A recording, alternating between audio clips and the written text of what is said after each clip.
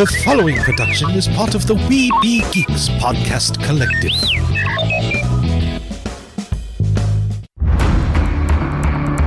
From days long ago, from uncharted regions of the universe, comes a legend.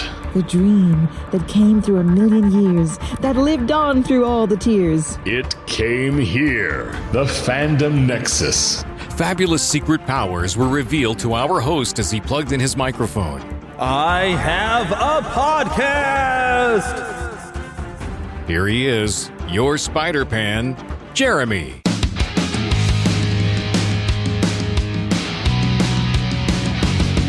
Yes, hello. It is time once again to walk into the Fandom Nexus, have a good old time, and then try to get through the week until we get to our next episode, right? You know, it's that withdrawal. That's what it is. It's withdrawals after you have to get done with the show. And I've got a lot of fun planned for you this week. We're going to have some fun. I got some news, of course, for this week, but I'm keeping the news down to just that we had the Game Awards last week. And so I've picked out a few things that I'm kind of excited about for games that were announced or we had some new trailers for at least. And then, of course, we'll look at the winners. But I spent most of this show is going to, of course, be about another retro review. I got to make sure I call it the right thing. For basically what I call a movie that came out in the summer, but it is definitely a Christmas movie, and that would be Gremlins. And, of course, Emma will be joining us here on the show in order to talk about what she thought of it, as she's now seen it for the very first time. So that's, of course, a lot of different fun about there. And there's even some things that I meant to talk about with her that I completely forgot to talk about. So we'll get to those. I'll just throw those in here as we get to the end of the show. But I want to point something out to you. There's going to be two versions of this show. I had to edit down the conversation to kind of make it, fit. But that also means that we have an unedited version of the conversation about Gremlins that I will be making available through Patreon.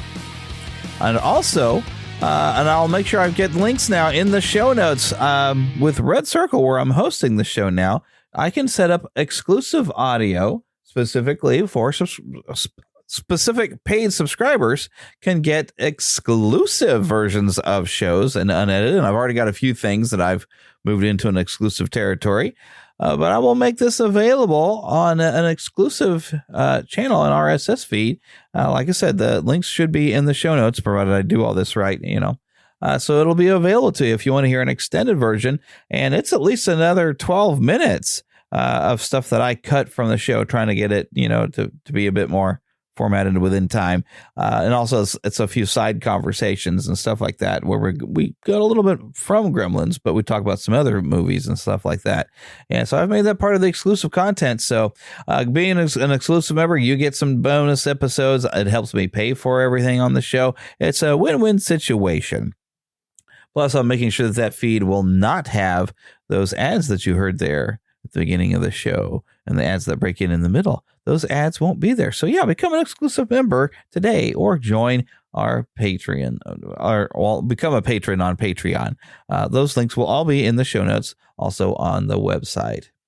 All right, but I want to get straight into some of the news that we have this week, which really boils down to new games and who won at the Video Game Awards. So let's take a listen.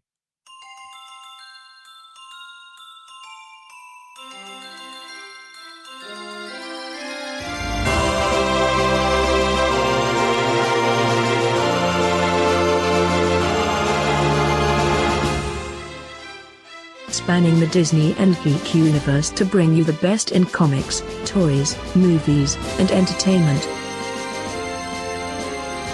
This is news from around Neverland. Well, here's a game I did not know was coming at all. I own an island off the coast of Costa Rica. Really spectacular, spared no expense. For this place, I wanted to show them something that wasn't an illusion. Something that was real.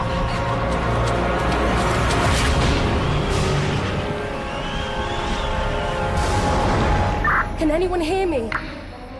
This is Dr. Maya Joshi. I've been left behind on Isla Nubla.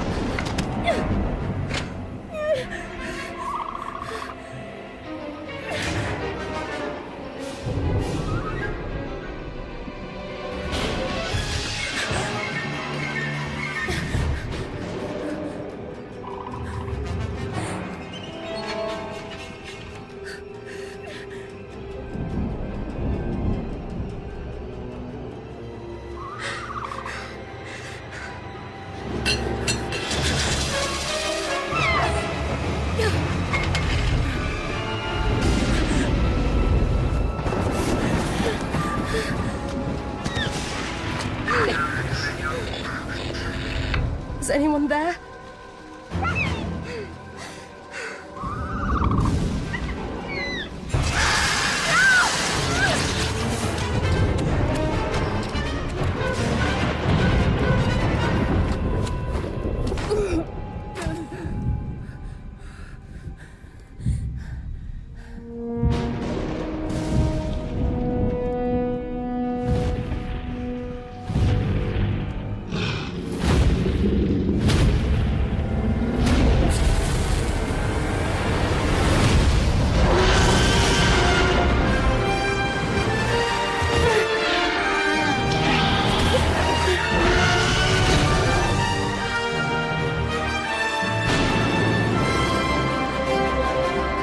So this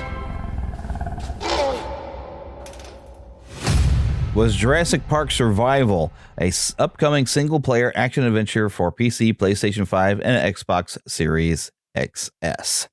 This is what they showed just a little bit of gameplay, and it's going to be like a first-person perspective, and a lot of people are being really excited by this because it seems to be we're getting like a survival horror game from Jurassic Park, which is something I guess we've wanted. And even some people have pointed out on YouTube that hey, it's a Jurassic Park game and not Jurassic World. So hey, isn't this what we've wanted for years? And perhaps so. This looks to be very interesting. It seems to be following up mainly from the original film, and we get to see some of the visitor centers been destroyed from the T-Rex and stuff like that. So yeah, I must say that I am excited about that. So yeah, that's definitely an announcement. I'm actually, while I'm in here, I'm seeing looks like some stuff that'll be next week for the trailer park, because we're not going to really have a trailer park this week, but we got some game trailers, which I'd say that the biggest one that I'm excited about might just be this one right here. It's Final Fantasy VII Rebirth theme song announcement trailer. I'm feeling every single bullet. Their ire manifests once more. Do not underestimate this foe. Your foe? Sephiroth. What am I supposed to do? Their luck runs out, but mine doesn't? I'm the only one who gets a pass? Sometimes, I don't even know who I am. I forget things everyone else remembers just fine, and know things I've got no right knowing. Cloud, it's okay. You saved me before. Now it's my turn. Is it you, or is it the pooch? I'm just messing with you. That there is our man. When fate sets us a challenge, we must rise to meet it. Are you ready to rumble? Aerith, is there anything I can do for you? I want to help.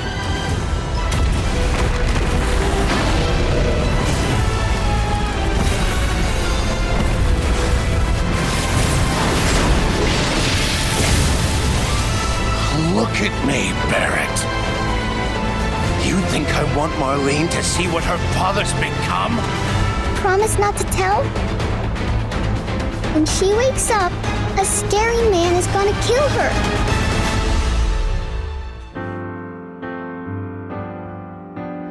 I won't say that it was fate. I won't say that it was destiny. But if not, what could it be that drew you towards me? Could it be chance?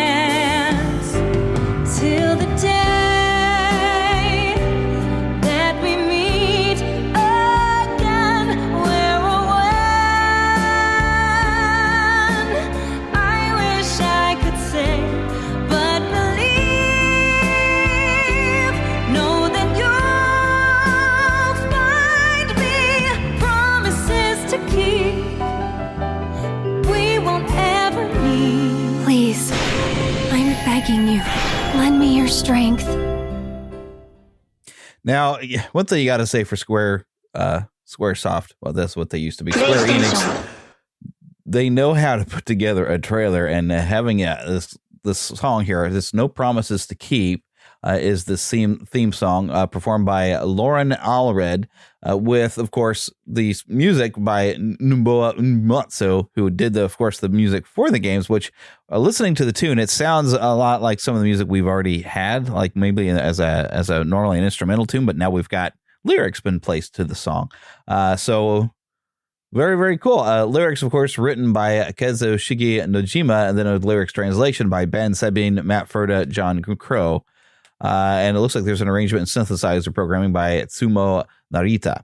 But really, we get a chance to have a look at. There was a stage presentation. Let me see. Oh, like an entire performance of the theme song. I'm going to have to look into that later. So I'm definitely keeping this screen up so I can look into this, because that's I like that song. I haven't seen that it's available on Apple or Spotify or anything like that for at least listening purposes. If you have like the Apple Music app. I just happened to find this, that apparently they did have her come to perform the song out at the Video Game Awards. I didn't watch the live program. I've heard the complaints. People don't always enjoy watching the program, and it was more about new games than it is the winners and I don't know. So I haven't watched the actual program. I just going for the follow up. So that's okay though. That's okay. So we did get a look at Sid and various other different characters. My brain is not working. I was taking a nap and my brain is still tired. I need to go back to my nap and finish sleeping, but I really need to get this recorded for y'all. So my brain is not functional. Isn't that wonderful? But we get a look at a lot of the different characters, the emotional impact of the song with some of the footage on there. You really going to have to take a look at this. If you are a fan of Final Fantasy VII, if you played the remake game and enjoyed it, this is very exciting. Getting a look at this. I am patiently waiting for the end of February, because it's supposed to be, I think they said February 29th, like Leap Day or something, is the release date for this. So I'm eagerly anticipating that. I will be sharing, of course, some game footage when the game comes out with you. Of course, at the Neverland official gaming channel, which I guess I haven't really changed the name of that, even though we've become more of the Fandom Nexus. But all right, it's still a Neverland gaming channel, but that's okay. We still go to Neverland every week. But anyways, I feel like I'm just babbling on here. Let me get on to the next thing that I didn't know was coming, but I think I'm interested in. It's I guess in a way it's a sequel from the look of things to an old Super Nintendo game. Anybody remember Secret of Mana? And I believe they did some other in the series, but now this is Visions of Mana, which I don't know that there's any dialogue here. I think it's mainly just music. So let's listen for a little bit.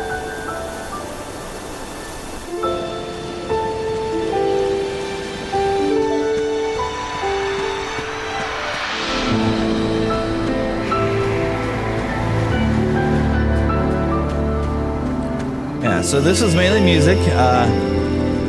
There's a little bit of, why in the world have I got captions on and they're in French?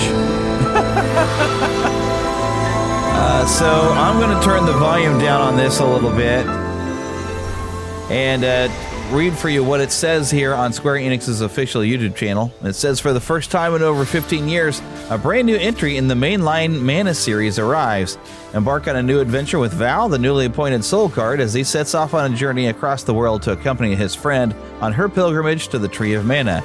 Experience action-packed gameplay and explore a vibrant semi-open 3D field, encountering fearsome foes and unlikely allies along the way. New adventure begins 2024.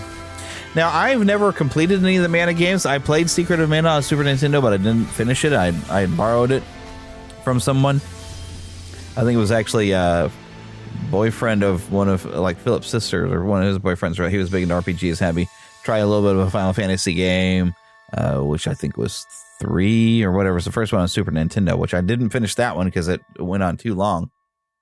I wasn't really into the turn-based combat. In Secret of Mana, what was challenging with that, what annoyed me is it was trying to be more of an action-based, and I was more into like the Legend of Zelda Link to the Past, and how that plays, where you can make your sword strikes at whatever. But Secret of Mana, your sword strikes, you have to wait for your sword to recharge every time you use it. So you'd have to hit something or hope you didn't miss, and then you have to wait for it to recharge, and then you can hit again. Otherwise, it really wouldn't do any damage. And that got kind of annoying. But otherwise, I mean, it was a very, very cool game. And I would like to give another. I think I'm more patient now these days. I would like to give that another try. And they did do some sort of remake of the game of some sort. But I heard that they didn't remake it very well. I mean, they just tried to put the original game out, but something was changed that maybe shouldn't have been. I don't know. People were saying that they didn't like the re-release for Secret of Mana, and I think it was even packaged maybe with another game that's in the series. I don't know. But anyways, this is a new game, and it looks really neat. You know, it's got that cutesy style of the original games, if you're familiar with it. And even some of the enemies you fight, you're like, this thing's cute. This is something I need to kill, you know? So, it's something I'm thinking I might give it a try. And I don't think I'd have to be that familiar with the original stories because it's 15 years later. It's a new story. So I think it's within the same world of the Mana series, but I think I could dive in and not be confused. That's the vibe that I'm getting from this trailer, at least.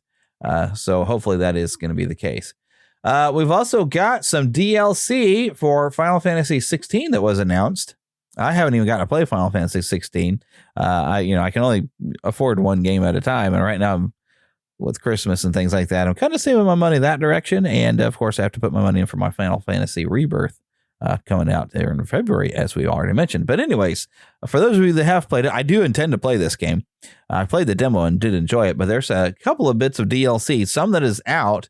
I believe Echoes of the Fallen is already out, but there's also, they've announced The Rising Tide. So let's take a listen if clicking this was having a result. There we go. Well, it's got a reminder that this video may be inappropriate for some users.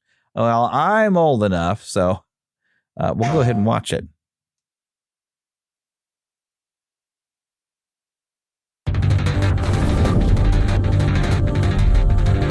Someone's come to my attention, and I'll be damned if I know what to make of it.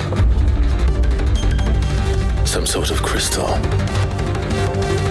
Enlightened souls forged great and terrible weapons called the iconoclasts, from which icons derive their name, and turned them against each other in the Magitech War.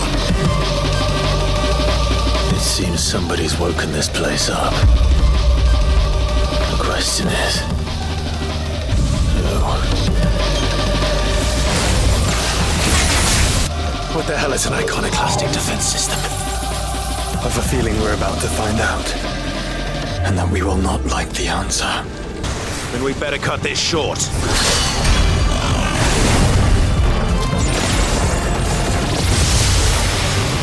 Welcome, my friends, to Mysidia.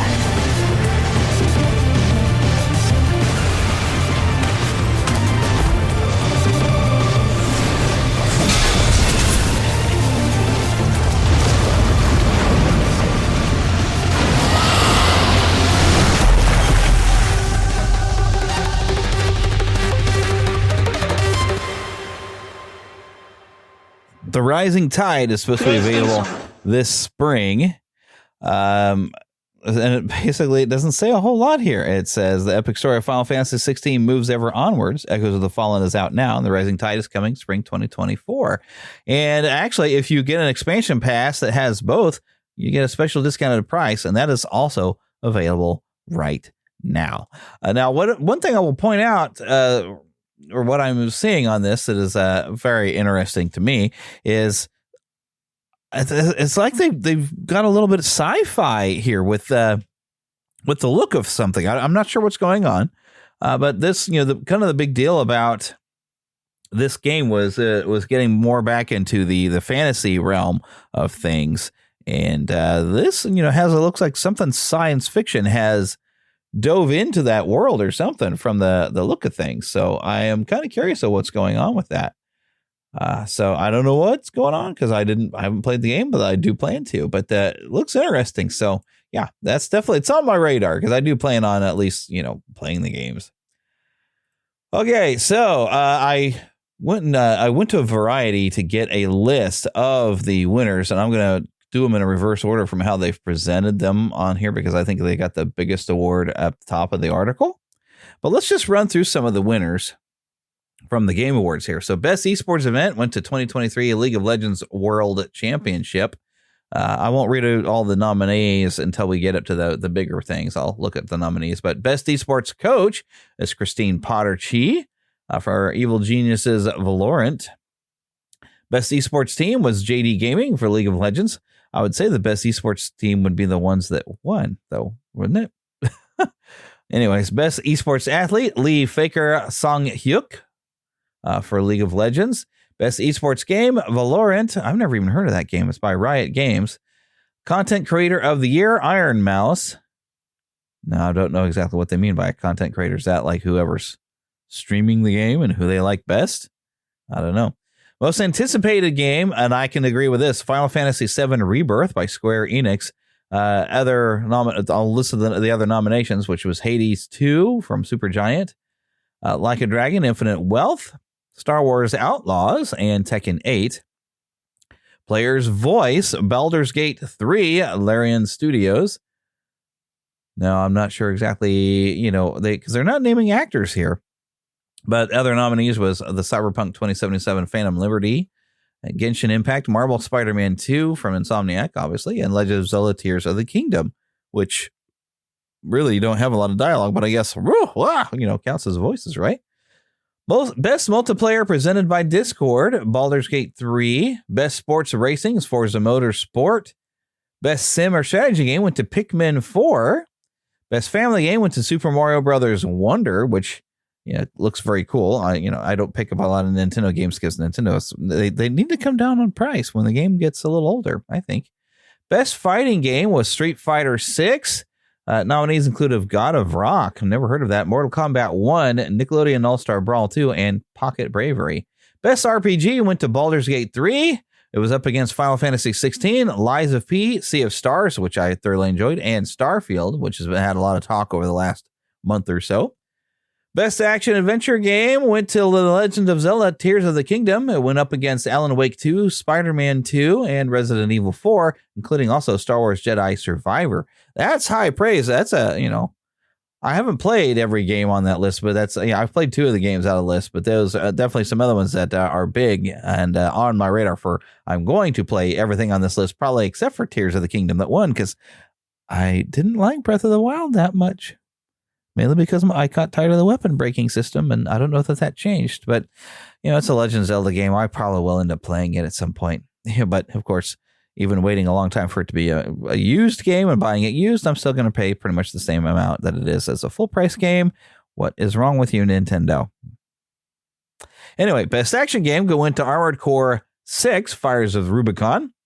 They went out over Dead Island 2, Ghost Runner 2, Hi-Fi Rush, and Remnant 2. Best VR or augmented reality game, Gran Turismo 7, Humanity, Horizon Call of the Mountain, Resident Evil Village VR mode, or Synapse went to Resident Evil Village VR mode. Was that actually still just this year? Wow. Best mobile game. Oh, maybe I need to play this Final Fantasy VII Ever Crisis. It was nominated, but the winner was Honkai Star Rail. Other nominees included Hello Kitty Island Adventure, Monster Hunter Now, and Terra Nil. Best debut any game went to Cocoon. I don't think it's linked to the movie. Other nominees, other than, because Cocoon won. The nominees, other than that one, of course, was Dredge, Pizza Tower, Venba, and Viewfinder. Best independent game was Sea of Stars. I did play that one. I really enjoyed that. That was free when I got it at first. It was available for me for free. Now you're going to have to pay for it, but it's definitely worth it. Other nominees was, of course, Cocoon, Dave the Driver, Dredge, and Viewfinder.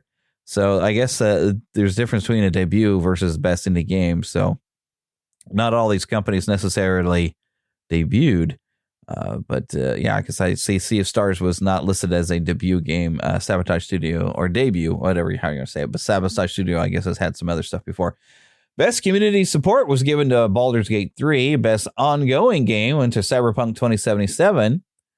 I guess that will include like DLC because there was some DLC released this year. Other nominees include Apex Legends, Final Fantasy 16, Fortnite, and Genshin Impact. I've at least played most of these, or at least a demo, except for Genshin Impact. I think I played a little bit. That's a free to play, if I remember correctly. I played a little bit. If you're into anime, I think you'd enjoy that one. Games for Impact. I don't even understand that one, so I'm just going to move on. Innovation in accessibility went to Forza Motorsport. It's kind of interesting what they've done with accessibility there. I'm sure with a driving game, you'd want to definitely make that more, heck, a steering wheel set would be great.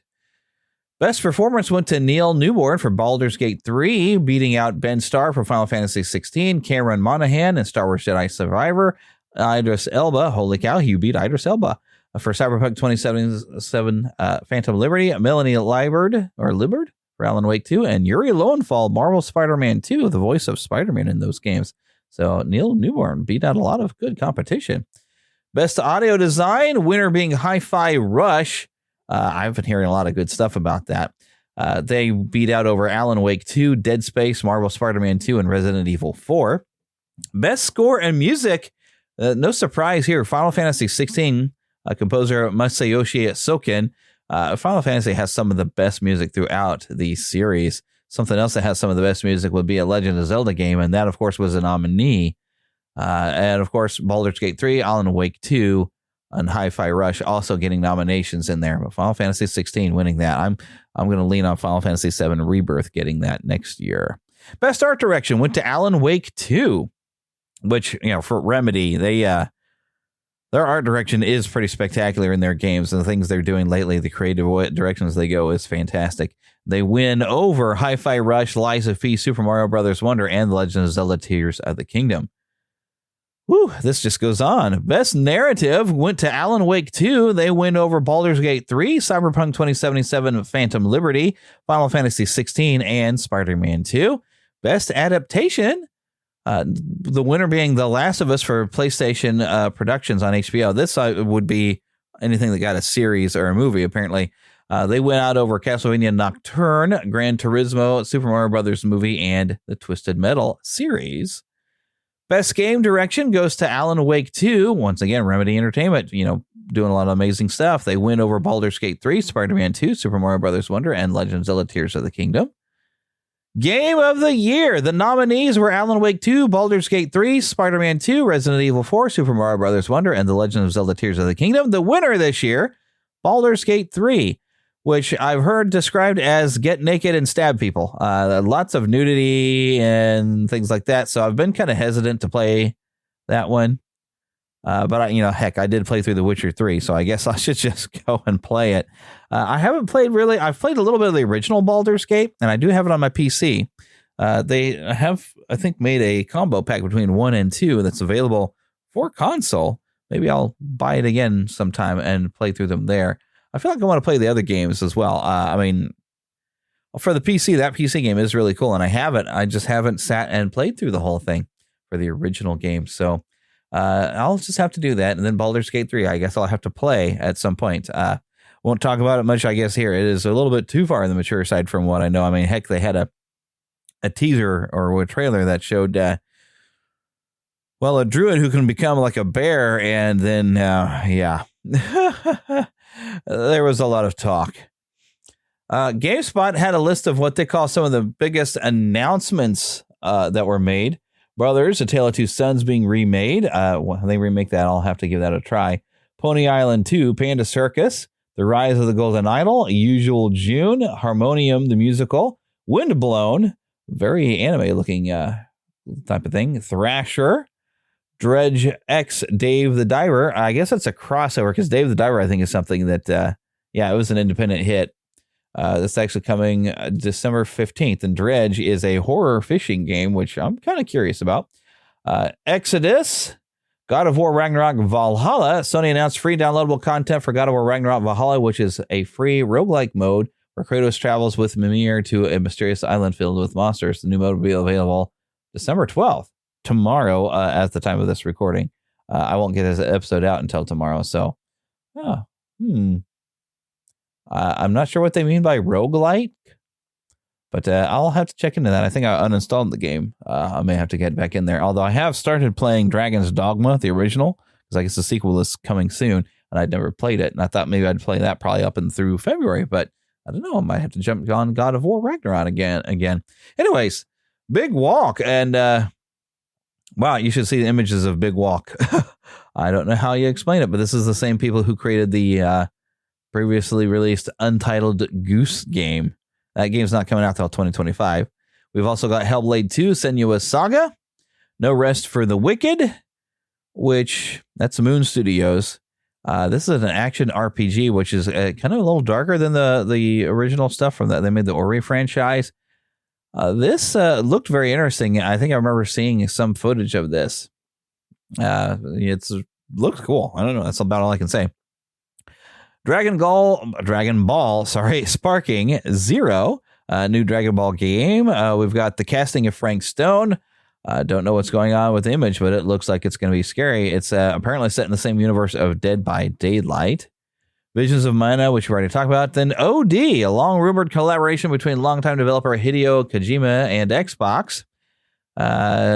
Jordan Peele was revealed as being a collaboration. He's went from comedy to making horror movies, has been winning awards for that. This is going to be an Xbox exclusive, though. But they showed some footage of filming some of their actors where they do the facial capture. It's some sort of horror game. That's about all we know. Fortnite Rocket Racing. I suppose this is a mixture of, I don't know if this has anything to do with Rocket League. I can't really see it say anything about Rocket League, but that's what it makes me think of when I think I saw some footage of that. Tales of Kinzura Zao. I don't even know what that is. They call it a Metroidvania style action platform by Surgent Studios. Lost Records, Bloom and Rage. But here's something. Marvel's Blade, and they did have a bit of a trailer. There's some language in it, so I didn't get that. This is being produced by the same people who made Deathloop and the Dishonored franchise, and I have played a bit of Deathloop. I think I've mentioned it. It is very cool. I got stuck, and I need to come back to it, but I started playing Dragon's Dogma. But I also, the looping was going to drive me crazy if I don't.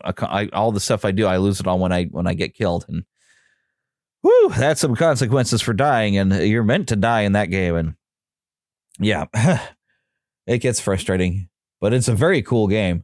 All right, other games announced. Okay, Mecha Break. Palia looks a very nice art style there in the image. Light No Fire is something to. This is the same creators of No Man's Sky, Hello Games, and I guess there is a teaser trailer, and I think maybe I have seen it. I just don't have it because I think that there was all music, so it wouldn't have done much good in here. But it was made for the all in-game footage, and it looks to be an open world RPG, multiplayer even. They're saying looked very nice. Stormgate, PC strategy game. Guilty Gear Strive. I don't know what Elfelt Valentine, what that has to do with it, but that's written all off the screenshot that they have. Monster Hunter Wilds, Baldur's Gate 3 on Xbox. So I guess they didn't get it on the Xbox yet. So that will be coming very soon. But those were all the major announcements that, according to GameSpot, that was worth knowing. So on the Game Awards. So, but yeah, so there's our coverage of the Game Awards. See, that took us half an hour, and we still got 48 minutes of show, I think, actually. But before we get into that, I do want to remind you, heck, if it's probably easier to use the link. You go to neverlandpodcast.com. I've got links there for Dubby there on the front page, Dubby.gg. Use the discount code Neverland to get yourself 10% off. Dubby has energy drinks, but it's a powdered mix that you mix with water, and you can get yourself a water bottle to mix it up in. They promise this is healthy and will not give you jitters like a regular energy drink, like a Monster, where it's loaded with caffeine. So yeah, get a 10% off your order at Dubby.gg. All righty. So now I say it is time. Let's get right into our review of Gremlins, the retro review, not the retro rewind. It is a retro review. All righty, everybody. Emma's back for another, and I got to remember what I actually titled this because I mistitled the Lord of the Rings episode. These are retro reviews, but I called last one accidentally. I typed retro rewind, but I think that's what Tim Nidell is calling his new show. And I was probably just looking at something that he's building. But retro reviews is what we call these when we review basically an old movie from a Gen Z perspective to see if these movies really are timeless or if they're just something we just love it and we try to share it with our kids. Like, no, wait, you got to watch this and see what happens. Yeah. So we're doing it because it's Christmas, and I call this a Christmas movie, even though, and I looked this up. I think it is. Yeah. June 8th, 1984 was when this movie came out. So it released in the summer to be a summer blockbuster movie. That's and crazy. It was, but it's really very Christmassy. So I rank a Christmas movie if somehow Christmas is involved in the plot. Like Christmas is a trigger. Yeah. Gizmo is a Christmas gift. Bingo. That happens on Christmas Eve. Die Hard, I qualify as well because it's a Christmas party that everything is launched from. Oh, so I call that a Christmas movie. It's actually about to be put in the theaters. I can't really cover it on this show because it's not really a family friendly. It's an R-rated action movie, but it's still ranked as probably one of the best action movies ever made. Mainly because Bruce Willis is awesome. Mm-hmm. He's just such a great character with everything he does. Anyways, so yeah, June 8th, 1984. Now, I'll throw the folklore before I talk about some of the impacts it had on me because I got a question for you. But I went ahead and I thought, because they talk about some of the folklore of what Gremlins were. You probably studied a little bit in school on this. I think we did in school talk about it. If we did, I don't remember it at all. Okay, well, let me hop into. It's been a while Got to since get to the I've right been in tab. So this is according to Wikipedia. A gremlin is a mischievous folkloric creature invented at the beginning of the 20th century to originally explain malfunctions in aircraft and later in other machinery, processes, and their operators. Depictions of these creatures vary widely. Stories about them and references to them as the causes of especially inexplicably technical and mental problems of pilots are especially popular during and after World War II. I was checking to make sure I hit the button. Use of the term in the sense of mischievous creature that sabotaged aircraft first arose in the Royal Air Force slang among British pilots stationed in Malta, the Middle East, and India in the 1920s, with the earliest printed record in a poem published in the journal Aeroplane in Malta on the 10th of April 1929. Later sources have sometimes claimed that the concept goes back to World War I, but there is no print evidence of this. There is evidence of early RAF reference in the 1920s to a lowly menial person. I almost said mental. I just thought myself, they might have been mental. They thought the little creatures were running around in the engines. In other words, a low-ranking officer or enlisted man saddled with oppressive assignments. Now, I did say there's a thing there, a popularization by Roald Dahl. Mm-hmm. You might know who Roald Dahl is. Might have heard the name. Well, he's credited for getting the Gremlins known outside the Royal Air Force. I wonder if he wrote a book on it. No, he actually, so he had his own experience in an accidental crash landing in the Western Desert when he ran out of fuel in January of 1942. He was transferred to Washington, D.C. as an assistant air attaché at the British Embassy. And he wrote his first children's novel, The Gremlins, in which gremlins were tiny men who lived in RAF fighters. In the same novel, Dahl called the wives of gremlins Fiffinellas, their male children Widgets, and their female children Fibbergibbet. Well, he was good at coming up with fun, weird words like Oompa Loompa. Oh. If I say Oompa Loompa, you're like, oh, yeah. Willy Wonka. This is the guy who wrote Willy Wonka, the BFG, which Disney made a movie of. The Big Friendly Giant, which I don't think that movie doesn't get enough credit. I thought it was great. It was so good. I liked it. It was I remember cute. watching. I watched it one time. It's been a while. I might have to rewatch, but it was also so good. James and the Giant Peach, which I think I need to watch again because I watched it. I don't think I caught everything out of it when the first time I watched it. I might have watched that when I was younger. I don't remember. Yeah, it's one of the ones I think I need to give it another try because I remember kind of falling asleep.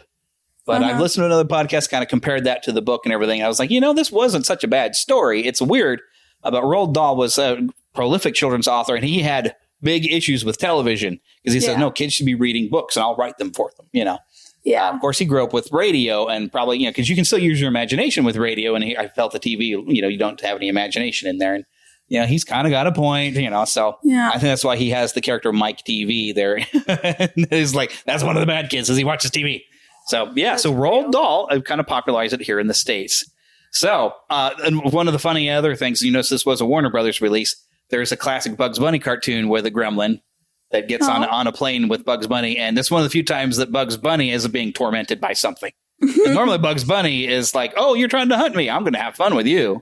But this is something that messes with Bugs Bunny and actually comes to a pretty fun ending. Because only Bugs Bunny could get away with gravity not working because he ran out of gas. So, But yeah, so Gremlins have kind of been around in the zeitgeist in their own way. And so, of course, when I was a kid, I'd never heard all of this stuff. Yeah. So what were your expectations going into this? I wasn't really sure. Because you told me that it's at first it seems scary, but then it gets fun. But you said it was like it seemed scary at first, but then it's funnier. Mm-hmm. Like halfway through, I had to pause because I did not agree with the sounds that they made. They were nasty. It was like, I don't know. I just don't like. I have like a noise sensory issue. I don't like certain noises. Those provided by Frank Welker, by the way. I loved Gizmo. He was. I think I just wrote Gizmo with a heart. I love Gizmo. See, that's so cute. The reason why I asked, like, first impressions, what you might have been thinking going in is when this movie was coming out. Uh-huh. I didn't see the trailers. The trailers really didn't even show any creatures. I mean, you got like little bits of something, but you didn't get an idea. But I didn't see the trailers as a kid. I saw TV commercials that didn't show anything. So when this movie came out, and it was the beginning of summer, we were just launching summer break.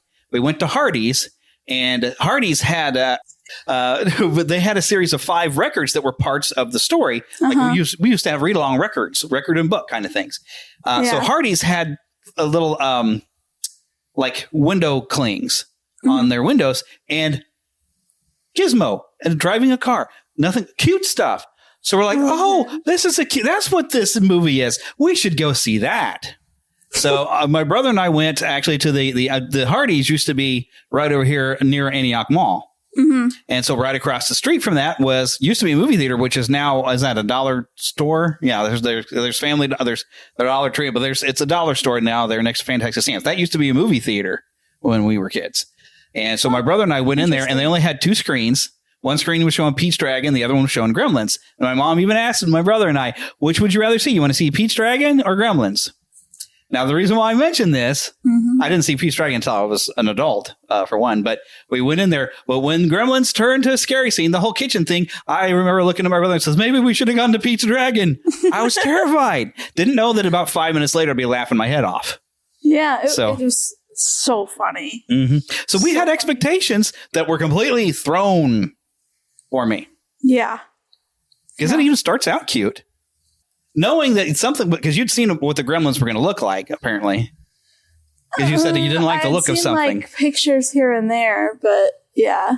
So you knew that was like coming. So were you kind of half wondering, like, okay, well, this is going to go bad any minute now?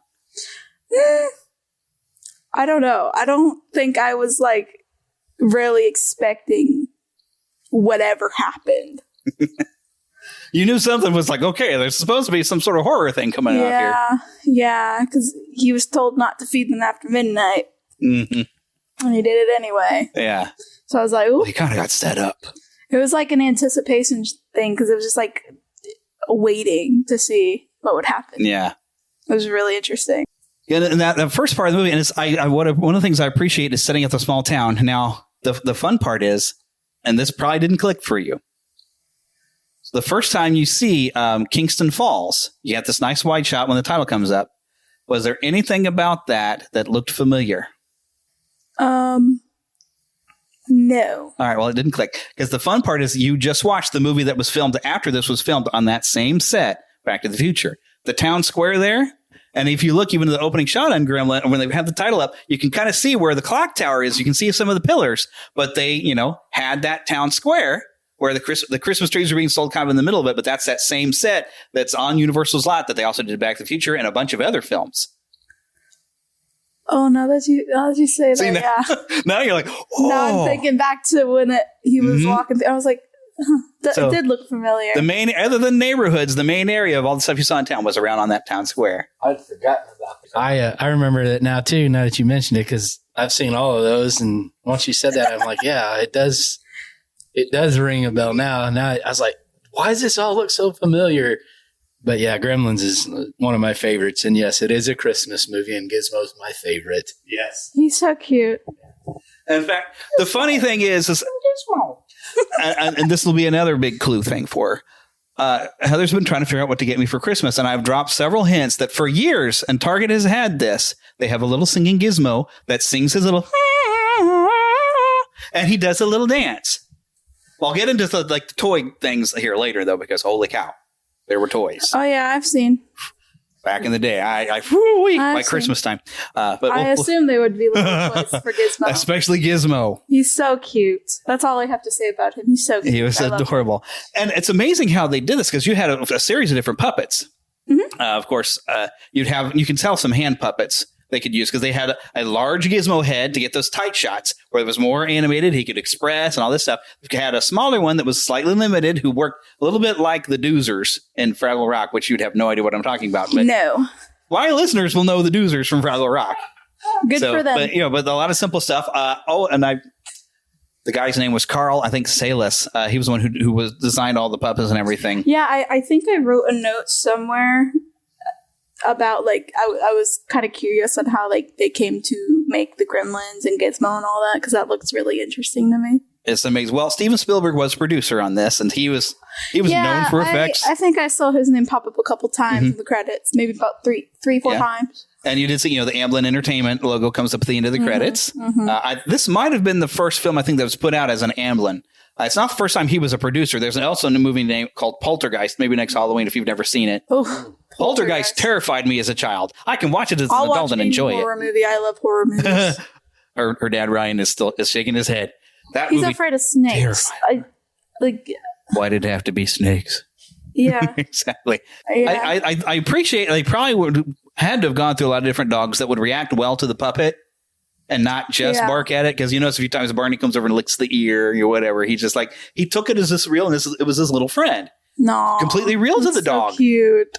So I'm sure the one part that wasn't quite real. I think Barney kind of barks when he's hung up on the Christmas lights, which is one of your first clues that something's wrong. Yes, I saw that. And I remember one thing I've observed, and I haven't watched. There's an animated series that's on Max now where they try to give some backstory to Mogwais. Which what's the problem I have with it is they're calling him Gizmo, and no, he didn't get the Gizmo until Randall Peltzner named him Gizmo, because he seemed to like to tinker with my inventions, that kind of thing, which was your first indication that they were smarter than they seem. Did you find your note? Yeah, it just says Barney ? Hanging ? Yeah, you're like, how'd that happen? So yeah, I kind of knew they were sitting in that little box gossiping. Yes, you knew they were up to no good. They were gossiping. Yeah.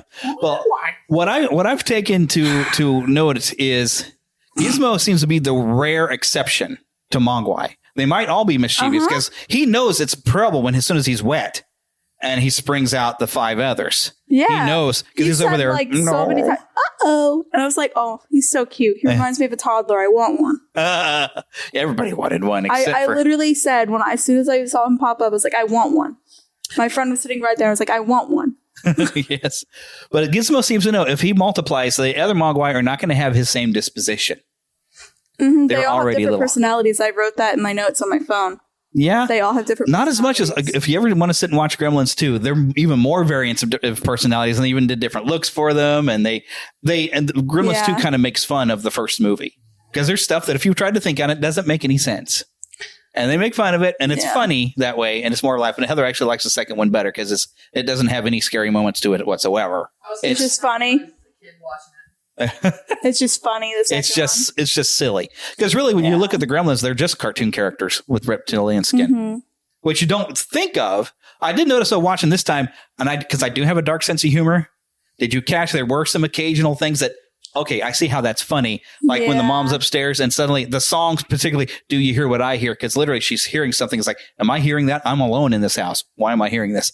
It's funny in a weird way. I wrote a note for her, and all I said was "girl boss." Yeah, she whooped some butt. Don't mess with Mrs. Peltzner. She ate that up. Oh, yeah. It's kind of gross. That whole scene is really nasty. I think I wrote several times. I kept writing "ew." Because just anything that came from them was nasty looking. Yeah. Which is a fun part. Actually, something else I looked up. So Steven Spielberg had a little bit of trouble with Indiana Jones and the Temple of Doom. Because there was no such thing as PG-13. And he wrote the edge, and he was really wanting that PG because he wanted families to be able to go see Temple of Doom. Have you ever seen that one? No, but I've heard of it. Okay, you've heard of guys goes and the villain can pull your heart out of your chest. Really? Yeah, it's freaky, man. And it's kind of it's dark for an Indiana Jones. And it's my least favorite of the originals. I don't consider the other two worth watching. So we'll leave those be. They don't exist. The three original Indiana Jones, watch all day. Temple of Doom kind of got under fire for its pushing the edge. But Spielberg was afraid he almost got an R with that one. Gremlins was on the same thing because they did stuff. It did have appeal to kids. After you get past the scariness, it definitely had an appeal to kids. But there were a lot of groups that were like, it was kind of violent there. So HBO Family, when it started airing, it would edit out the violent parts. So, which I would say probably most of that kitchen scene, you don't get to see the gremlins exploding in microwaves. Oh, I did see. That. Yeah. But as it was edited, shown on HBO Family, they took that stuff out. But it was 2 months after Gremlins came out that the MPAA finally listened to Spielberg and came up with PG-13. So you'd have something in between PG and R. Well, now, the first time I watched it was on cable. I saw it at my cousin's house. They did not edit it because my cousins were telling me about, it's HBO Family came along later. Microwave and all that stuff. Like, I had a cousin that would tell the whole thing, and, like, no, we saw it all. Yeah, and I saw it all in the theater because, PG, you were allowed a lot of stuff. Yeah, I did write. I wrote, that was brutal. Yeah. That's all I wrote. That was brutal. That was brutal. It was funny, but brutal. Yeah, because at least the movie let you know. Like that movie. That movie did let you know that the movie was having a sense of humor because you have the sword every time they close the door that would fall off the wall. Little things that would be kind of funny. Uh-huh. But then the humor does turn dark because the two things I realized, some dark humor is that, do you hear what I hear? Darkly, that's funny. Yeah, I remember laughing a little bit when that started playing. I was like, that's really funny. Also, great song. And the professor, the biology teacher with the syringe in his backside. Yeah. Darkly funny if you think about it. It was like, because he's like, oh, you're not, and I love the way that he sets it up before he sticks his hand with a candy bar under the desk. He says, oh, you're not still mad about that little blood test, are you? Yes, he was. He was very mad. So it's dark. As a kid, I didn't get the dark humor, but I've got a dark sense of humor now. Heather doesn't. She doesn't always get my dark humor, but yeah, it's darkly funny. Yeah. The other thing we didn't get. Now, did you recognize Mrs. Deagle when she showed up later in the movie?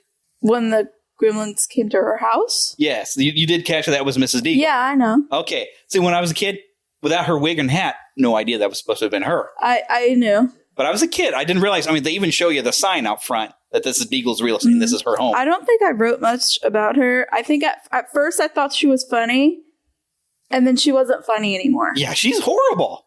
She's so mean. What is funny is there was a TV show called Alice at the time, and she was on that as a waitress, and she made popular this phrase, well, kiss my grits. And she's a very funny actress, but they gave her this rotten character to play, but it's one of those things, every small town has to have one.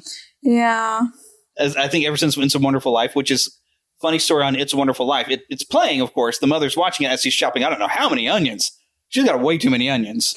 Yeah. When he walks in. But I learned actually something. It's a Wonderful Life for a while because of how copyright work was one of the movies that it kind of fell out of its own public domain kind of early and didn't get fixed up for a long time. So everybody, every Christmas, every TV station could show it for free. So It's a Wonderful Life was showing constantly on television stations. Of course, and where the mom's crying is at the end, the super happy ending there is where she's like crying. But I think it's because she's got a mound of onions about this high. And I'm like, what is she making? Yeah. I was gonna say I could watch that movie with my parents, but I don't want to watch it with my parents because I talk a lot because I like to make little notes to myself when I'm watching movies and shows. And then he gets all mad at me. He's like, well, stop talking. And I'm like, but I need to make notes, okay? I need to make verbal notes on this scene. I don't know if you would have been familiar, though. Speaking of actors and actresses that pop in this, did you make a note of Pete at all? Who? Okay. You're not probably familiar with Corey Feldman. No. Okay. Yeah, I know your dad is like, what? Corey Feldman, he grew up with us. He was one of the Goonies. One of her earliest things is, have you ever seen The Fox and the Hound? Yes, it was my favorite show. I believe he's Todd, isn't he? Yeah, he's the voice of Todd as a pup. That's Corey Feldman. Later, he did a lot of movies with this other guy, Corey Haim, as he got older. He also was the voice of Donatello in the first of the Ninja Turtle movies from 1990. I don't know that he's really done anything here lately, but he was like a big child actor that grew up. I loved The Fox and the Hound. Okay, but yeah, so Corey Feldman was who played Pete, child actor who kind of grew up. I think he's sort of retired from the limelight. He actually, I think, put out like a few albums. Like he was trying to put a band together. He was known for hanging out with Michael Jackson, even back in the day. There's even some video where he had a little glove and he's dancing with Michael Jackson. He actually could do a lot of Michael Jackson's moves from the 80s. So yeah, Corey Feldman became kind of a big deal. Wow. Some of the other casts that family-friendly podcast, how to get into this, but there's something that I find funny, even though I've never seen this movie, Fast Times at Ridgemont High. I am familiar with the scene. They have it on Netflix. I saw it the other day. You watched the whole thing? No, Okay. I saw it on Netflix somewhere. I was like, I don't do R-rated comedies, but I am familiar with a scene where this was after Gremlins, but Phoebe Cates, who played Kate, Judge Reinhold, who plays kind of the jerk yuppie guy at the bank, who's like, well, I'm 23, I'm going to be a billionaire, all this stuff. That guy. That's Judge Reinhold. Gerald, right? Yeah, Gerald. Nice catch, because he's only in that one little bit. He doesn't come back the rest of the movie. I don't know why. I remember that scene because I remember laughing at it. So Fast Time at Ridgemont High, he sees Phoebe Cates' character in that red bikini in a pool. Goes into the restroom and fantasizes about her coming out of the pool and taking the top off. And that's where I'm going to leave that from what I know of that scene. She's more known for that than in Gremlins. I'd prefer to think of her in Gremlins. Because that's the try to pure being that I'm trying to be. But it's a pop culture thing. It has to kind of be mentioned. But I find it funny that he's in the movie and he's also creeping on her in Gremlins as he is in Fast Times at Ridgemont High. Yeah. Because he's just like, when you come see my apartment, and you never did see my apartment. I love her come back on that. I didn't see your old one either. I loved her. I think I wrote like one note about her. What's the note? That she was pretty, because I was like, she has like a nice facial structure. I don't know. I remember making a note that she was pretty. So the note I would have put, because this is the one part of the movie that annoys me. What? Did it make any sense for her to have this issue with Christmas? And did we need this scene of this horrible story about her father? I paused when they were walking and she's talking about the suicide rates during Christmas. I paused, looked at my friend, and I said, there was no reason for that. Yeah. Absolutely none. And then you get her reasons for not liking Christmas later, but that really makes her entire character based on the fact that she doesn't like Christmas because her father had the tragic accident. I didn't understand it because they didn't really put it into the plot that much. It got brought up twice. And that was about it. I mean, I can see maybe they're trying to develop some character, but if that somehow or another, her thing against Christmas would have come up to be helpful or something to come back in an important way instead of just being this real downer, it would have made sense. But in Gremlins 2, they make fun of this.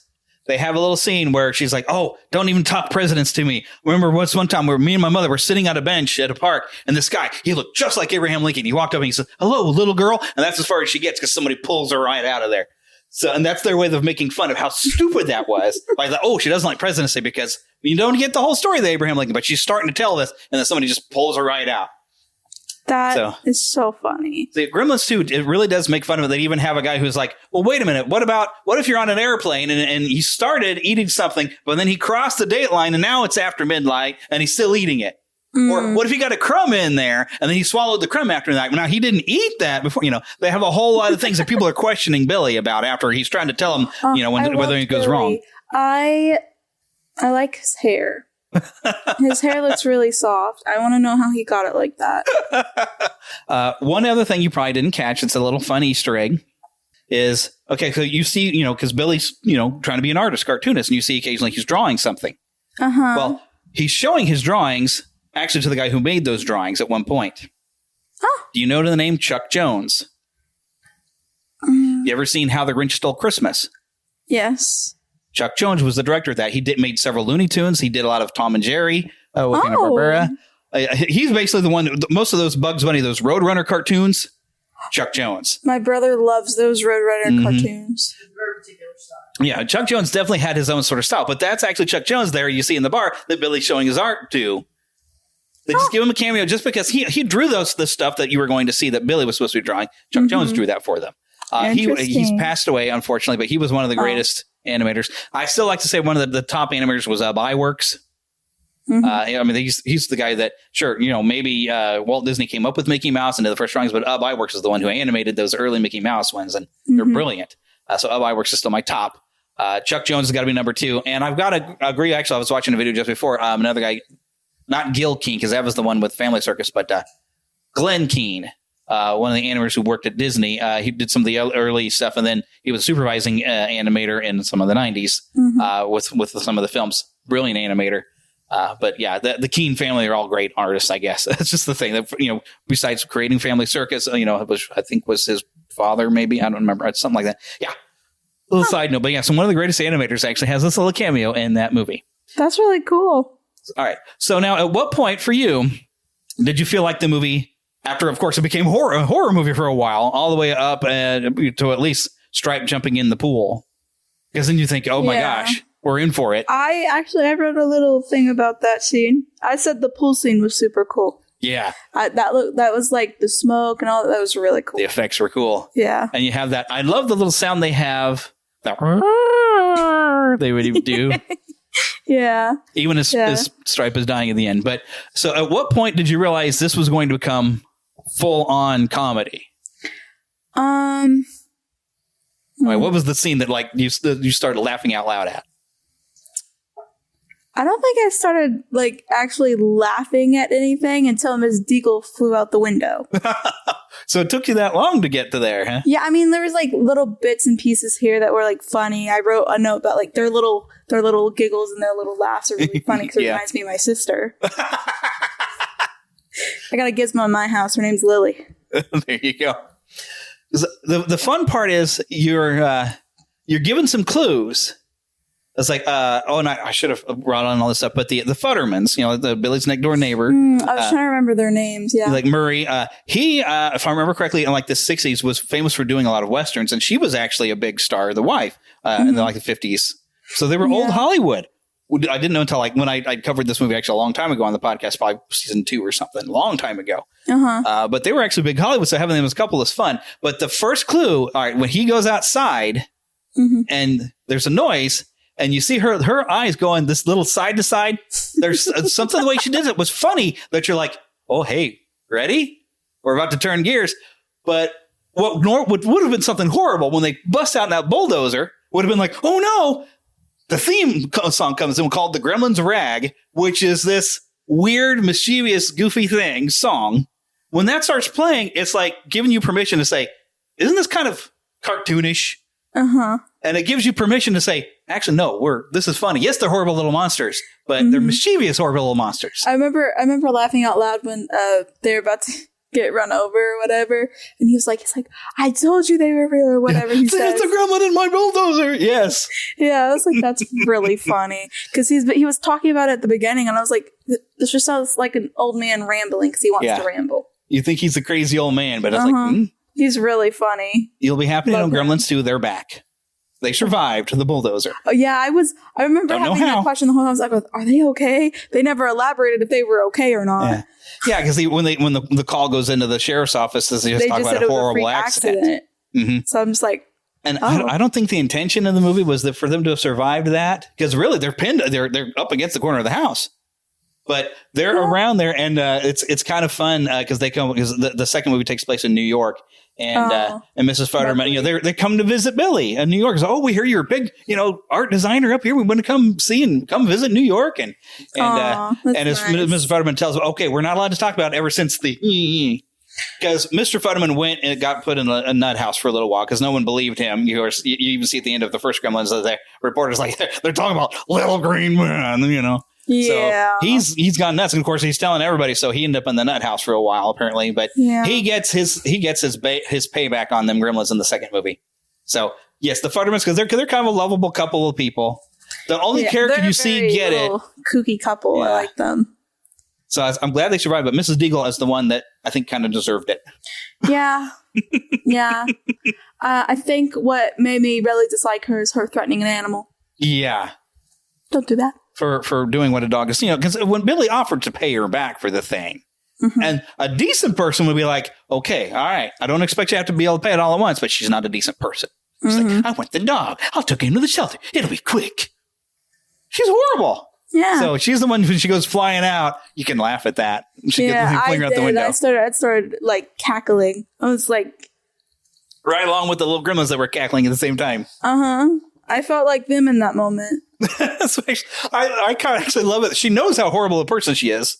Because after they're caroling at her, which is hilarious, you know, they close the door. They've come for me, but I'm not ready to go. She's thinking demons have come to drag her to hell. Mm-hmm. Clearly. I was like, well, obviously you think you deserve it because you've been horrible. Time for you to repent because you're going to get on that chair and that's it. Just the way that she flew out the window was just really, and then like the officers was like, was that Miss Deagle? I'm just like, and they just drive off. Yeah. They want nothing to do with it. And they even managed to make it kind of funny when they see, I forgot the name of the guy like Charlie, who he plays Santa every year. What's he got all over him? And the deputy's over there like, can we start the car? I'd really like to go now. Can we start the car? Yeah, because I'd really like to go back to the station. Yeah. You know, this little freak out panic as the guy's been over, this one gremlin's in the window. It's kind of ridiculous. It is. So, it's really funny. But they managed to make it cartoony. There is one of the other things I think is hilarious. It is the one that's sitting there, you know, messing with traffic lights to make them both green. And you hear the crash off camera. And they just but as they go into that shot, when they're moving down to get them playing with the wires, if you look, the smoke that's coming off of the wires is reversed. So I guess the shot might have been a pull away that they decided it looked better if it was zooming into the gremlin. But if you look real close, you can see some of the smoke they've put in there that's supposed to be coming off the wires going downward. Oh. Little kind of fun Easter egg that it's kind of fun to watch. Yeah, with like little things like that, you got to really look for those. Yes. So. But where this movie really goes off the rails hilarious is when we get to Dory's Tavern. I wrote a couple notes. What's your notes? I wrote the scenes of them drinking and smoking at the bar had me roll. I was rolling on my bed. It was so funny. I had to pause because I was laughing so hard. And then that's when I wrote they all have their personality, like their own little personality. Yeah, they'd all show up and be different. Oh, and then I wrote Disco Gremlin. And that's not disco. That's a breakdancer. I didn't know what. Look it up. Look it up in the 80s and learn about breakdancing. And you can tell breakdancing from the backspin was like one of those moves. I remember watching it and I was like, how can a gremlin do that? But I can't. It's one of those acquired skills, man. Breakdancing was big though in the 80s. I can pull that out at a party and impress people. I'll call it the gremlin. There you go. I am a gremlin. They actually wrote a song for that. So that song that's playing right there is very specific for that. And if you look in the credits, it's Gremlin Dance Magic or something. Dance Madness. I forgot who the credited, but yeah, that song was written just for that little bit.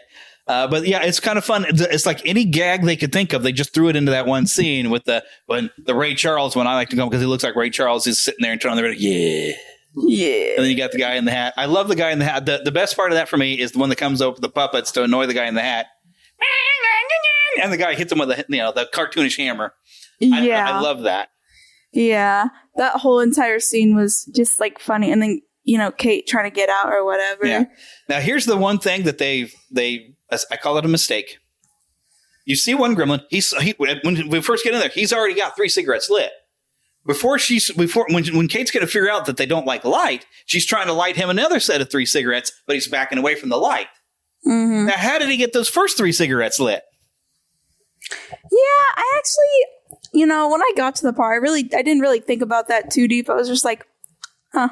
Yeah. Okay. I call that a bit of a goof. Yeah. But you just kind of go with it. I mean, the rest of the movie's pretty good. Yeah, you really can't take a lot of this movie seriously. Except for the weird downer moment of her father dying in the accident of trying to be Santa. That's a downer. But really, you just don't take this movie seriously. Why would you even think that was a good idea to climb in your chimney like that? Why? In what world? Yeah. I mean, my dad chooses to not have hair most of the time, and I don't think he would even choose to climb down our chimney now. Yeah. No. It's one of them things. Well, have you ever heard there's a comedy song called There's Something Stuck in the Chimney?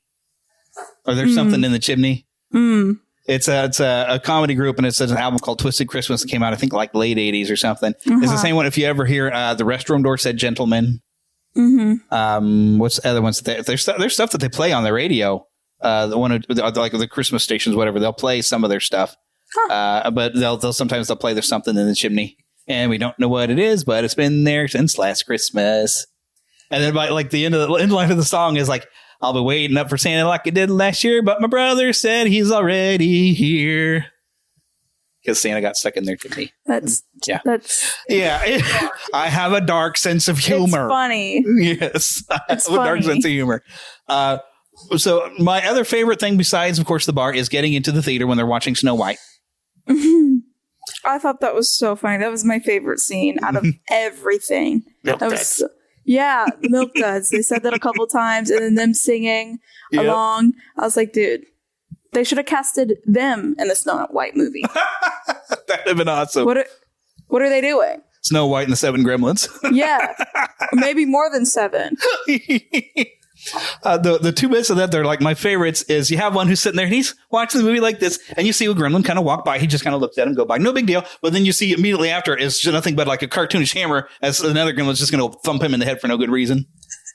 There's like one that they kept throwing stuff while they were trying to watch the movie, and I was like, gremlins are a lot nicer than human beings would be. They're kind of unruly theater patrons. Theater, they get mad at you. Yeah, gremlins are kind of unruly, and we've been in some movies with some unruly teenagers. Haunting in Venice comes to mind. Yeah, so they're acting like the worst people in theater that you've actually have probably been in a theater with. So They're but it's so funny. Yeah, and I even a little throw in that I think is also funny is the one that's wearing Mickey Mouse ears. I saw that. I don't know why that makes me giggle every time. It's like, where did he get those? I don't know. I have no idea. You don't question the Don't question them. Another fun bit that I don't know if you would have caught how funny this would have been, how clever this was. Okay, so Steven Spielberg, Amblin Entertainment, also Warner Brothers, was distributing. So now Spielberg, of course, didn't direct. It was directed by Joe Dante, written by Chris Columbus, who would later go on to direct Harry Potter and the Sorcerer's Stone, Home Alone, stuff like that. I love Harry Chris Potter. Columbus, great filmmaker. I like his 2 Harry Potter movies best. I could talk about Harry Potter for hours. I'm sure. And one particular scene when they get to Montgomery Ward, which was my second job ever, was working Montgomery Ward in the paint department at the Metro North Mall. Monkey Wards, that's right. When they're in the Montgomery Ward and you have the shot that pans across the toy section, you see, of course, Bugs Bunny plushes and Sylvester plushes. And before Stripe pokes his head out, you see a plush of E.T. Now, have you ever seen E.T. the Extraterrestrial? No, I'm going to guess that's probably I've no. Seen, I've seen pictures here and there. Okay. Well, there's a scene in E.T. the Extraterrestrial where E.T.'s hiding from their mother, and he hides in the plush toys and pretends to be a toy. So that little shot was kind of a nod to E.T. They put an E.T. toy amongst all the plushes where brilliant. Stripe is hiding.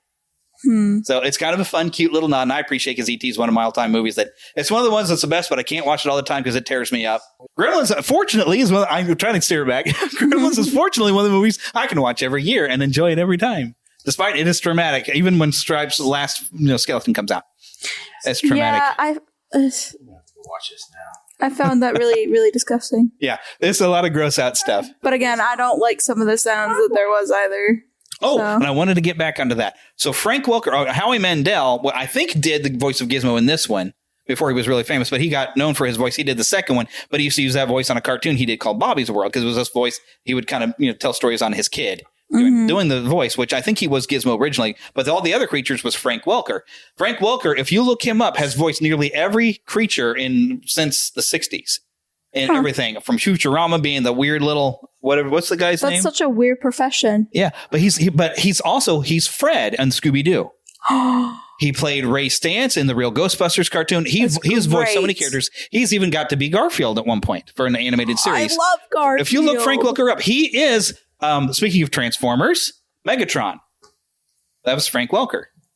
Frank Welker is one of the greatest voice actors of all time. I would rank him above Mel Blanc just because he can do weird animal and creature voices. He can do animal voices that you'd believe. He's not Aku. That's Apu. What's the name of the monkey in Aladdin? Abu. He's Abu, the monkey, because he can do creature voices. I mean, he's older than dirt now. Very, very talented. I will give him that. Yes. I just have, again, noise sensory issues. Yeah. I don't you're like supposed certain to not noises. like the Gremlins voices. I guess they're supposed to be horrid. Well, I didn't mind their voices all that much. Oh my gosh. Yeah. all that. Not so much the voices, but the squelchy noises. I didn't. I mean, all I said for that is I just didn't like the noises. Other than that, I did think the Gizmo Caca thing was really funny. I wrote that down. I wrote the quote. I didn't say anything else but the quote.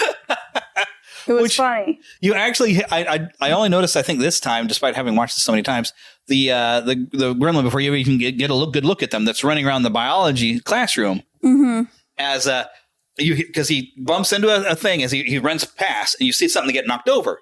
Mm-hmm. You hear a thump. So he's hurt himself, and you actually hear him go caca. So it's basically like, his caca would be poop. So it's kind of like, in Star Wars, poodoo. It's the same. When they yell poodoo, you know what they mean. Yeah. Yeah.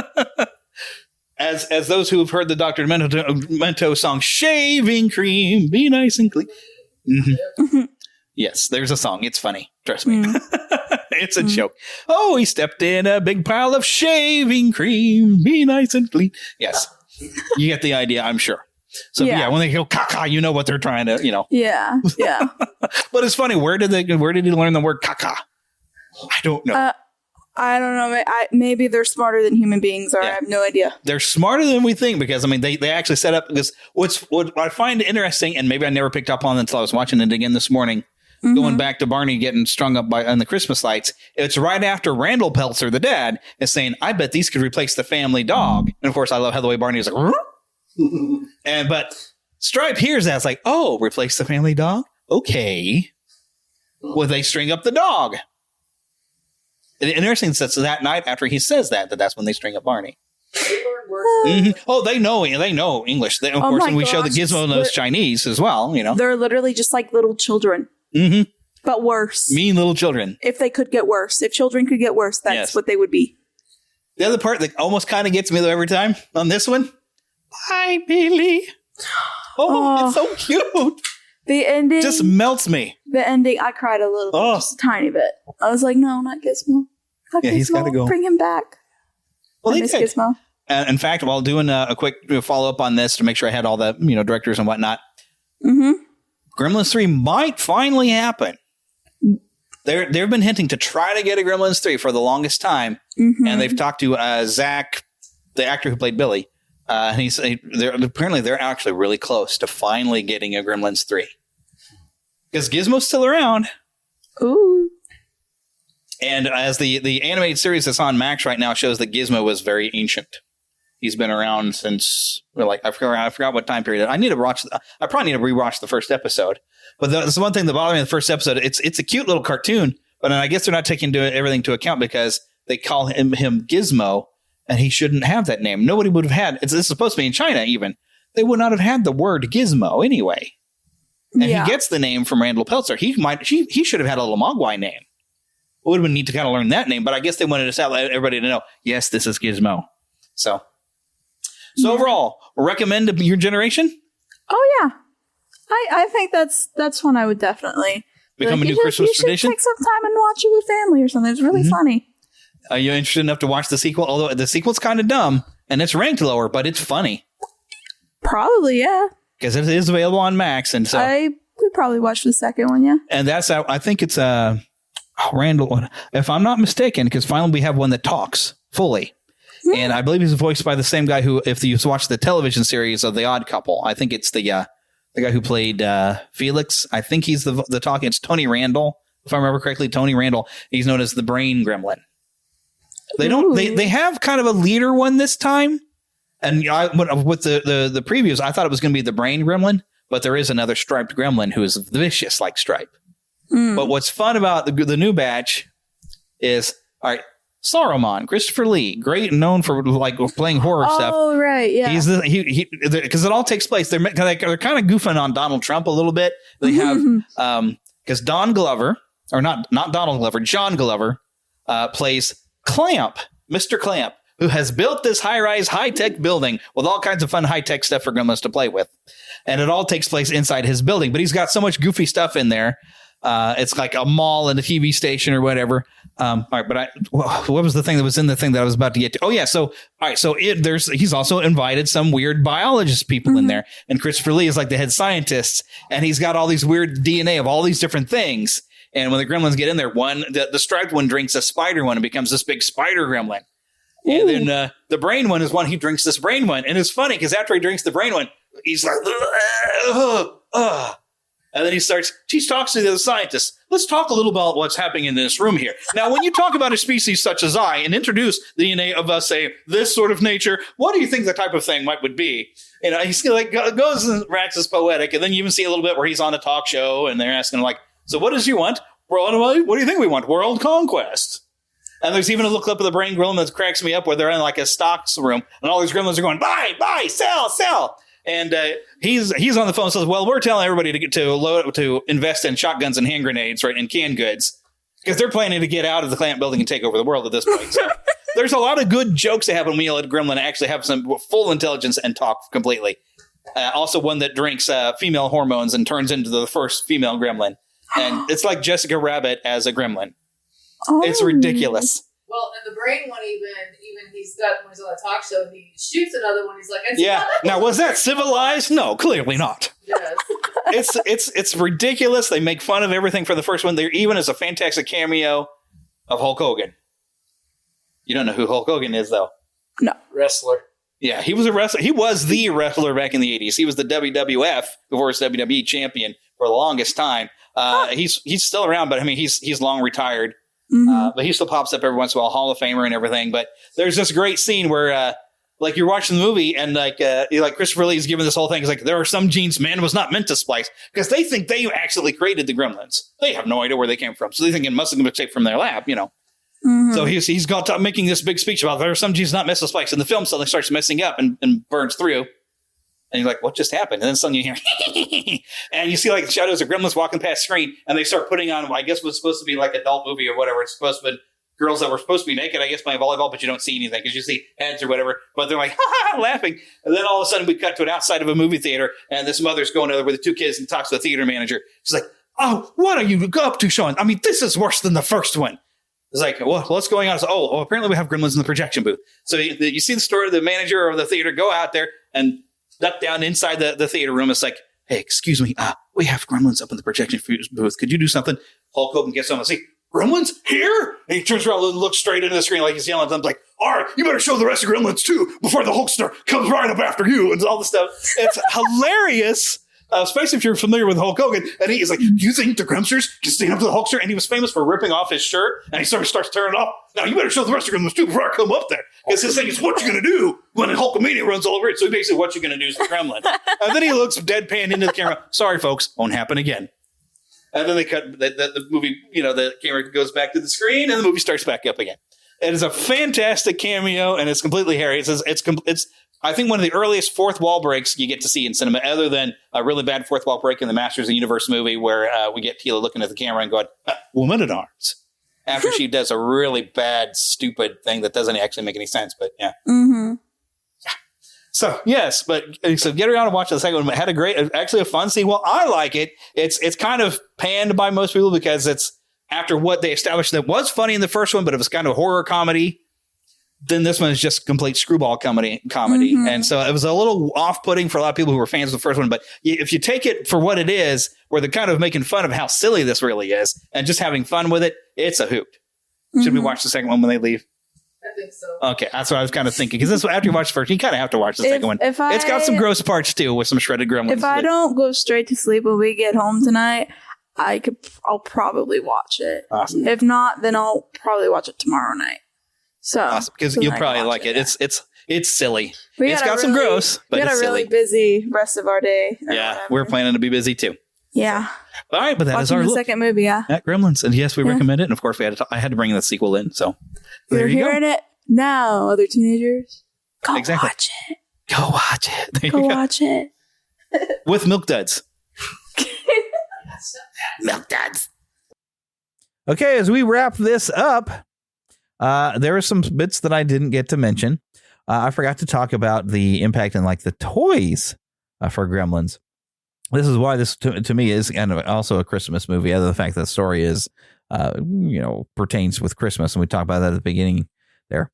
But that Christmas, it was a Gremlins Christmas for me. We got sleeping bags, got a plush Gizmo that you shake him and he would squeak. Many of you probably had that. There was also like a large plastic Gizmo that was kind of true to size for Gizmo that I remember getting. And also my brother and I both got these little, there were these toys and they were not the greatest idea for toys, but it made sense for Gremlins to have something on this water type of thing where you'd put this little figure in water and it would grow. Well, we never wanted to take it out of the water because we didn't know what would happen. And eventually my mother just threw them away. our little Gremlins toys that you put in water. There were some other things that were made where put in water that would grow, but that's all it would do. That was the whole bit of the toy. Didn't make a lot of sense. So that kind of went out of fashion pretty quick. So, yeah. Of course, we are going to mention this. By the way, Diz Radio was back, and I'm doing my segments again for Diz Radio. So if you have your subscription on that one, John is back. Jonathan Johnson. He's brought the show back. It's a celebrity interview show. He's kind of veered away from Disney as well, although he's still going to have some Disney content to show up, which I feel like I've kind of managed to do that too. There's still been some Disney content that's gotten into the show, even though we've pulled away from Disney. But Diz Radio is back. Make sure you check that out. But it's time to wrap this show up. So make sure, of course, you visit Neverland Podcast Reviews. And you'll find now, it used to be My Podcast Reviews. Now it is known as Podgagement. There's a link right there on the front page. To get in there, you get a nice discount for a very low fee. Well, I think his fees are changing, but still very reasonably priced. You can get your reviews even internationally for your podcast and a lot of other stats and things like that. I'm working with stuff where I'm bringing back the Mighty Marvel Tooncast, y'all. I don't know when, but it's coming. For those of you that were listeners to that or maybe not familiar with it, go download it. Go check it out. I do have the feed up on Red Circle of something Tim Nidell of Saturday Morning Rewind were doing. He had to step away, and I've been needing a new co-host for that for years. I mean, I think that was 2017, I think. It was a really fun show. It was getting popularity, and I'm going to resurrect it, and hopefully everybody who started getting, we're enjoying that show will come back and enjoy that show again. But yes, Podgagement has some features that I'm trying to get to work on. I'm rebuilding the website for the Mighty Marvel Tooncast. So make sure you click on that. Also, of course, that W link. Don't forget about W. But you can leave a review right there from the front page. There's some links in there to leave reviews. So make sure you do that as well. When I get a review, I get notified. I haven't gotten a review in a long time, y'all. Reviews really are a great way to help share the show and let me know what you think of the show. And I will read those online. You can also see some of the reviews on the website, neverlandpodcast.com. We'd like to thank Karen Kennedy, Ricky Pope of Christian Nerds Unite, and Darren Wilhite of the Wilhite and Wall Show for helping me out with the intro of the show. Don't forget, you can email us, podcast@neverlandpodcast.com. Haven't gotten an email in a while. Don't forget to follow us on Twitter, NeverlandPcast. You'll find us on Facebook. I think it's still under Neverland Podcast. We're becoming the Fandom Nexus. We're also we have a group and a fan page. I don't think I've renamed those yet. I forgot because I haven't made a note in my notes about changing that over, but I have been trying to change the name of the page. But I think the link to get there is still the same. We have lots of fun on the group. I have a lot of news that I posted into the group that we did not talk about here on the show, but we might mention next show. We're gonna have to do some Christmas stuff because we're getting into Christmas and I'm almost on my own Christmas vacation. But don't forget, of course, about Patreon. You can find links to our Patreon right there on neverlandpodcast.com. And I will make sure in the show notes that you have a link if you would like to get our exclusive combat content as we make. As I've mentioned before, there is an extended version by at least 12 minutes of this episode that you can get as an exclusive content. And hey, maybe you're hearing me talk about this while you're actually on the exclusive content. It will be ad-free, y'all, except for when I mention, of course, W and stuff that I put in ads myself. But you won't have any of those other ads that come in from Red Circle. And you'll be helping out the show. So it's a win-win situation. So definitely check it out. But, of course, until I see you again, what do we say at the end of every show? Get lost in an adventure. And I will see you next time.